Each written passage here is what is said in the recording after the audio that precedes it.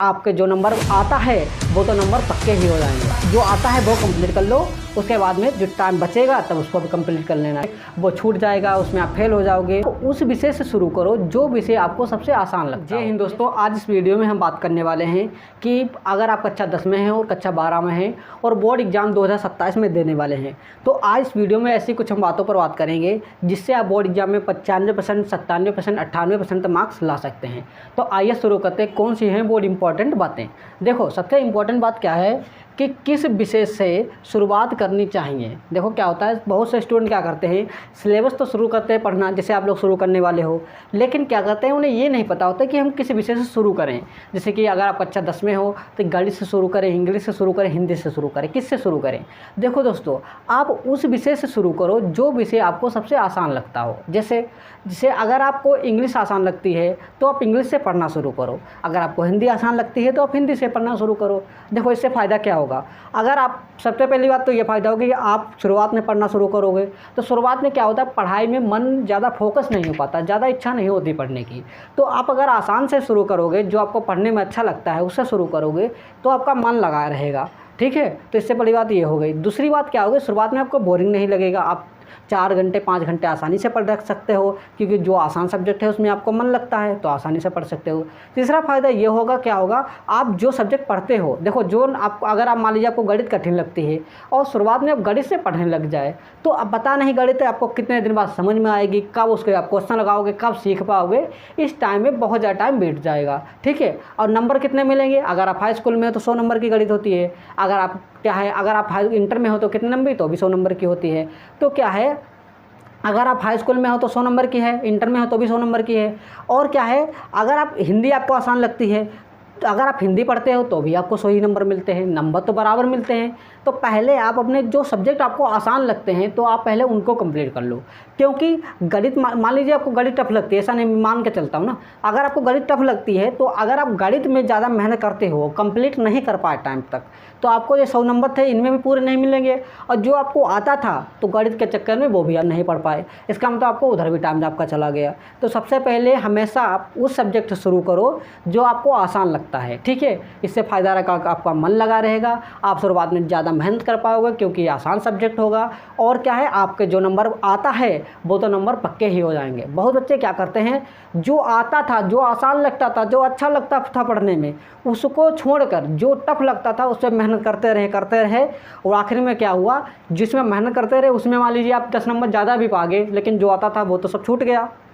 ठीक है, तो पहले जो आता है उसको कंप्लीट कर लो बिल्कुल, उसके बाद में आप उसको कुछ ज़्यादा वक्त देना है आपको, जो आपको टफ लगता है लेकिन हिसाब से देना है। ठीक है, सबसे पहले आपको किस सब्जेक्ट से शुरू करना है, जो सब्जेक्ट आपको आसान लगते हैं, ठीक है, उस सब्जेक्ट से शुरू करना है। ठीक है, उससे फ़ायदा बहुत है।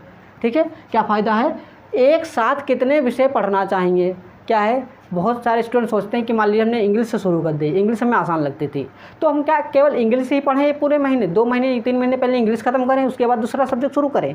नहीं दोस्तों, आपको एक साथ में 2 सब्जेक्ट लेकर चलना है। 2 क्यों, क्योंकि अगर आप हाई स्कूल में हो तो सब्जेक्ट 6 हैं, मान लीजिए एक आर्ट है तो आर्ट आपको नहीं पढ़नी है, तो मान लीजिए 5 सब्जेक्ट है। अगर आप इंटर में हो तो भी आपके पास 5 सब्जेक्ट हैं। अगर आप एक सब्जेक्ट लोगे, दूसरा सब्जेक्ट लोगे, तीसरा सब्जेक्ट लोगे, ऐसे ऐसे कंप्लीट करोगे तो अगर एक महीने में भी एक सब्जेक्ट कंप्लीट कर पाओगे तो भी 5-6 महीने, 5 महीने निकल जाएंगे। ठीक है, तो 5 महीनों में अगर फिर कब रिवीजन करोगे, कब नोट्स बनाओगे।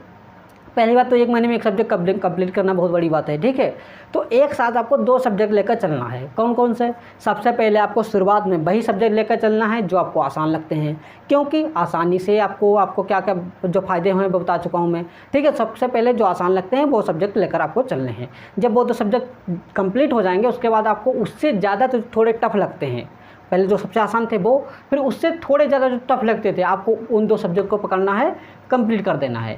फिर उसके बाद जो सबसे टफ लगता है सब्जेक्ट उसको आपको कंप्लीट करना है। ठीक है, इस तरीके से चलना है। ऐसा नहीं आप सबसे टफ वाला पहले ले आए तो उसमें क्या होगी, दिक्कत हो जाएगी। ठीक है, तो क्या है, सबसे पहले सबसे आसान, फिर उसके बाद थोड़ा टफ, उसके बाद में जो सबसे ज़्यादा टफ था उसको आखिरी में करना है। इससे क्या होगा, जो आपको आता है वो आपके सारे नंबर कंप्लीट होते चले जाएंगे। ठीक है, तो पहले आपको 2 सब्जेक्ट लेकर चलना है और उसके बाद में आपको जो आसान है वही 2 सब्जेक्ट लेकर चलने हैं।